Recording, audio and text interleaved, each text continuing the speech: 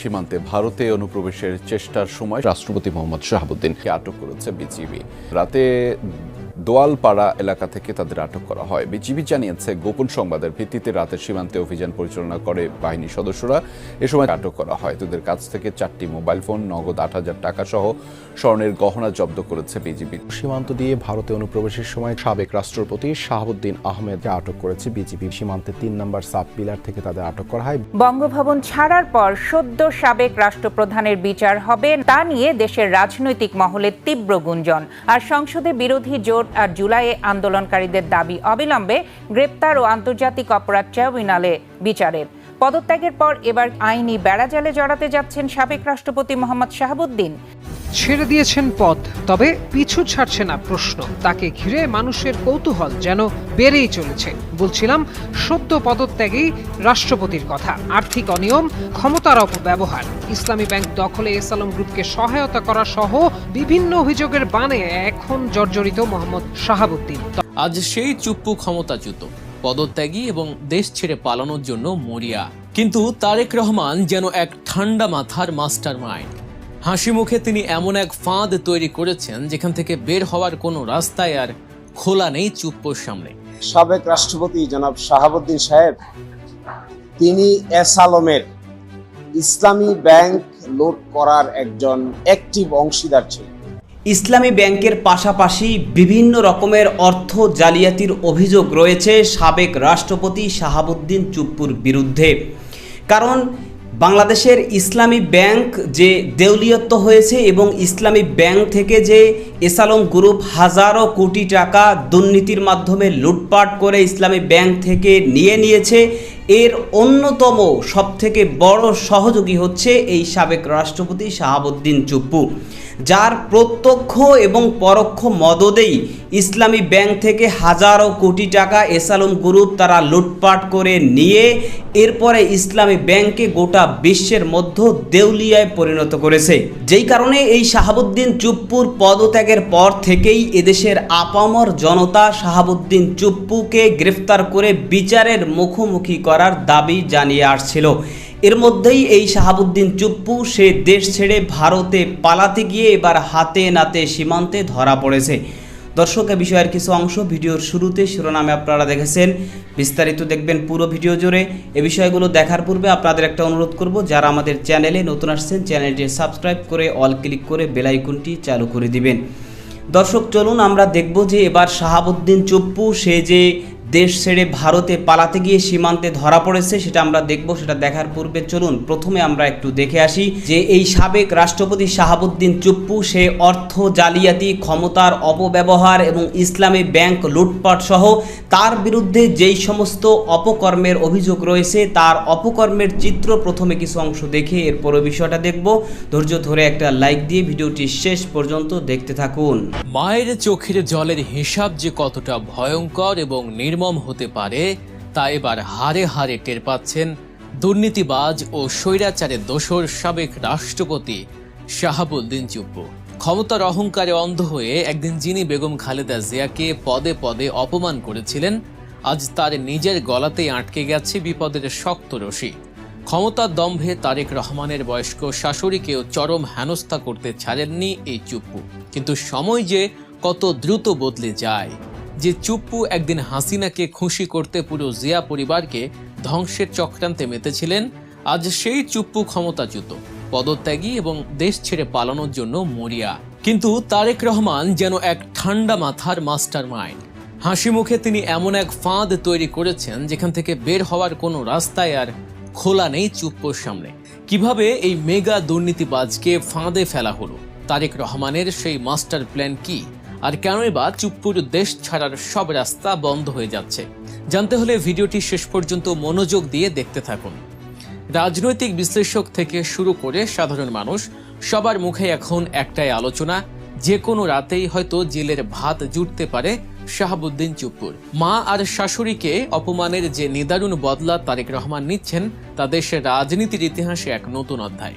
ক্ষমতায় আসার পর তারেক রহমান একজন চতুর খেলোয়াড়ের মতো প্রথমে চুপ্পুকে বিশ্বাস করিয়েছিলেন যে সব ঠিক আছে, কিন্তু তলে তলে তিনি এমনভাবে আঁটঘাঁট বেঁধেছেন যা থেকে চুপ্পুর আর কোনো নিস্তার নেই। সুপ্রিম কোর্টের প্রখ্যাত আইনজীবী অ্যাডভোকেট শিশির মনির সম্প্রতি এমন কিছু চমকপ্রদ তথ্য সামনে এনেছেন যা চুপ্পুর কফিনে শেষ পেরেক ঠুকে দিয়েছে।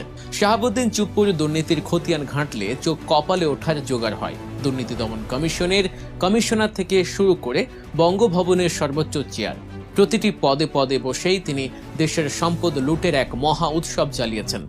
2011 সালে শেখ হাসিনার সরকার তাকে দুদকের কমিশনার পদে বসায়।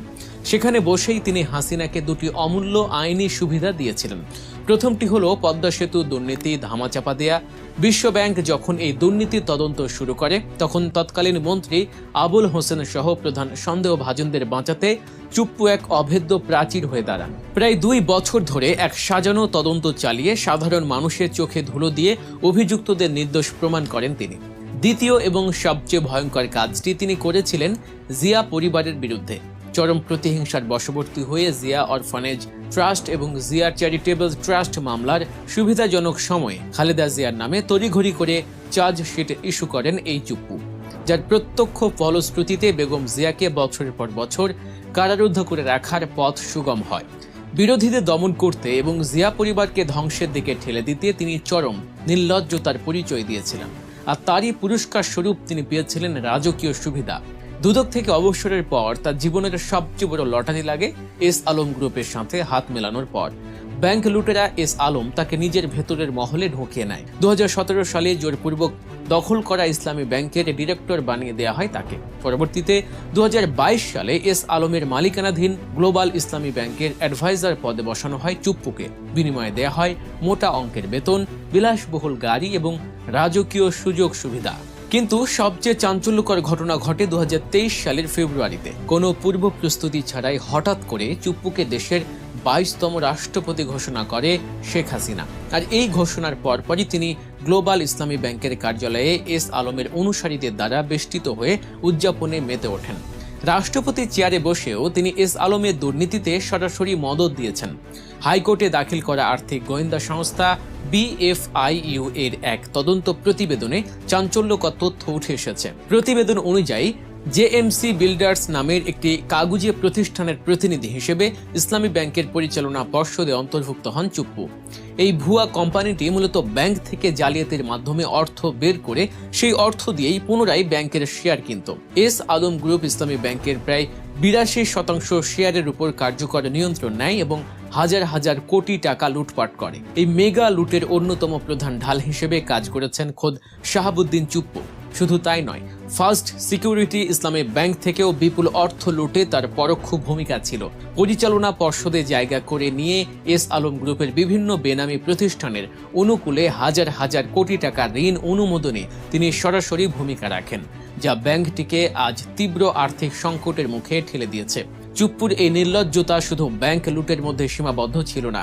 2024 সালের 5ই আগস্ট ছাত্র জনতার তীব্র আন্দোলনের মুখে শেখ হাসিনা যখন দেশ ছেড়ে পালান, তখনও এই চুপ্পু তার ধূর্ত স্বভাব ছাড়েননি। ওই ঐতিহাসিক সন্ধ্যায় বঙ্গভবনে সেনাপ্রধান জেনারেল ওয়াকারুজ্জামান সহ অন্যান্য বাহিনীর প্রধান এবং রাজনৈতিক দলের শীর্ষ প্রতিনিধিদের জরুরি বৈঠকে চুপ্পু সরাসরি বাধা হয়ে দাঁড়ান। প্রথম বাধাটি তিনি দেন বেগম খালেদা জিয়ার মুক্তির প্রশ্নে। বিএনপি নেতারা যখন দাবি জানান যে কারাবন্দী খালেদা জিয়াকে সসম্মানে মুক্তি দিতে হবে, তখন চুপ্পু সুচতুরভাবে গলাবাজি করে ওঠেন। তিনি বলেন, বিষয়টি আপাতত স্থগিত থাকুক, নতুন সরকার গঠনের পর সিদ্ধান্ত হবে। দ্বিতীয় বাগড়া দেন আয়নাঘর প্রসঙ্গে। গুম হওয়া মানুষদের মুক্তির দাবিতে তিনি নির্লজ্জের মতো বলে বসেন, আয়নাঘর বলে কি আদৌ কোনো কিছুর অস্তিত্ব আছে? কিন্তু বঙ্গভবনের সেই উত্তপ্ত মুহূর্তে সেনাপ্রধান সরাসরি হস্তক্ষেপ করে চুপ্পুর চক্রান্ত নস্যাৎ করে দেন। সেনাপ্রধান কড়া সুরে বলেন, no sir, madam Zia must be release immediately. আয়নাঘরের বিষয়েও সেনাপ্রধান বলেন, sir, I will take care of it. সেনাপ্রধানের এই কড়া ধমকে সেদিন লেজ গুটিয়ে চুপ হয়ে যান চুপ্পু। সেদিনে সে লেজ গোটানো চুপ্পু আজ পুরোপুরি ক্ষমতাহীন। জনতার তোপের মুখে তিনি রাষ্ট্রপতির পদ থেকে পদত্যাগ করতে বাধ্য হয়েছেন। তিনি পদত্যাগের পর থেকেই নতুন নাটক শুরু করেছেন। হঠাৎ করেই তিনি গুরুতর অসুস্থতার ভান করছেন। তার স্ত্রী রেবেকা সুলতানাও নাকি অসুস্থ।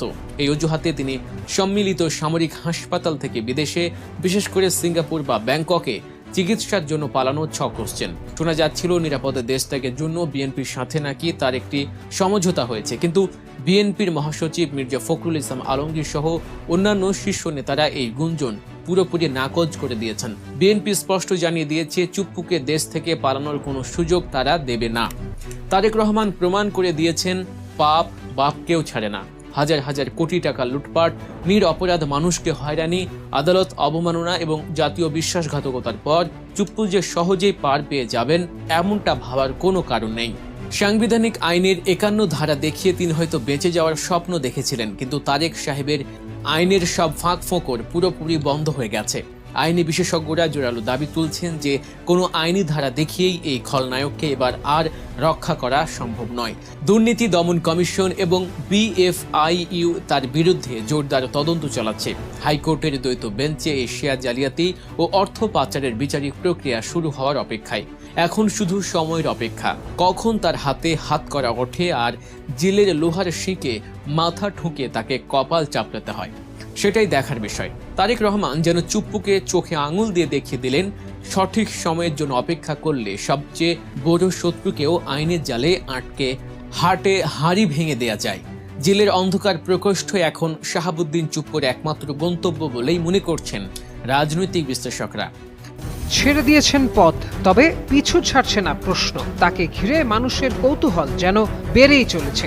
বলছিলাম সদ্য পদত্যাগী রাষ্ট্রপতির কথা। আর্থিক অনিয়ম, ক্ষমতার অপব্যবহার, ইসলামী ব্যাংক দখলে এস আলম গ্রুপকে সহায়তা করা সহ বিভিন্ন অভিযোগের বানে এখন জর্জরিত মোহাম্মদ শাহাবুদ্দিন। তবে সংবিধানের 51 অনুচ্ছেদে রাষ্ট্রপতি থাকা অবস্থায় দায় মুক্তি দেওয়ায় মোহাম্মদ শাহাবুদ্দিনকে এসব অভিযোগে কাঠগড়ায় দাঁড়াতে হবে কিনা সেই প্রশ্নই এখন টক অব দ্য কান্ট্রি।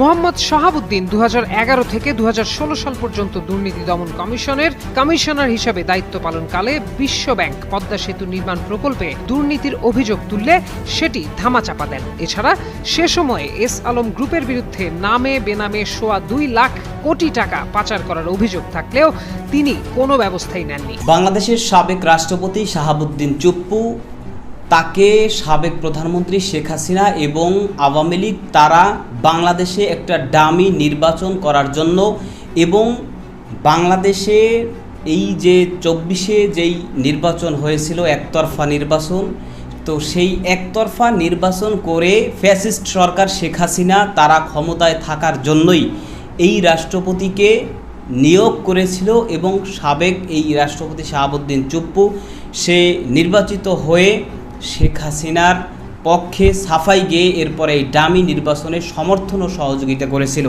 এবং এই শাহাবুদ্দিন চুপ্পুর ব্যাপারে রাষ্ট্রপতি হওয়ার আগে সে ইসলামী ব্যাংকের যেই পদে ছিল সেই পদে তার বিরুদ্ধে দুর্নীতি সহ লুটপাট সহ বিভিন্ন রকমের অভিযোগ রয়েছে, যে এই শাহাবুদ্দিন চুপ্পুর মাধ্যমেই ইসলামী ব্যাংক দেউলিয়া হয়েছে এবং এস আলম গ্রুপকে এই শাহাবুদ্দিন চুপ্পু সে সহযোগিতা করেই মূলত ইসলামী ব্যাংক থেকে হাজারো কোটি টাকা লুটপাট করতে সহযোগিতা করেছে।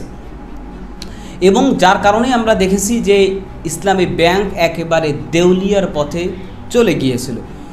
পরিশেষে 24-এর গণ অভ্যুত্থান হওয়ার পরে আবার অন্তর্বর্তী সরকার ক্ষমতায় এসে তারা আবার মোটামুটি যেভাবে হোক ইসলামী ব্যাংকে স্বাভাবিক অবস্থায় নিয়ে আসার চেষ্টা করেছেন।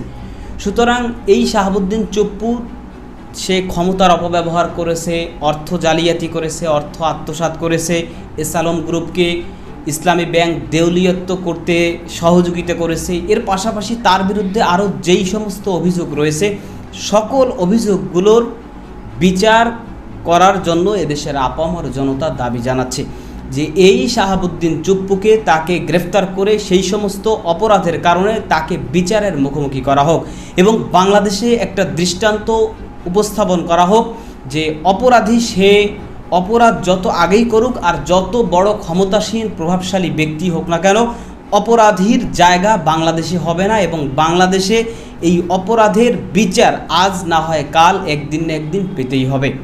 তো এই বিষয়ে আপনার মতামত কি সেটা কমেন্ট সেকশনে জানাতে পারেন। ভালো থাকবেন, সুস্থ থাকবেন, দেখা হবে নতুন কোনো ভিডিওতে, কথা হবে নতুন কোনো বিষয়। আজকে পর্যন্তই, আসসালামু আলাইকুম রহমতুল্লাহ।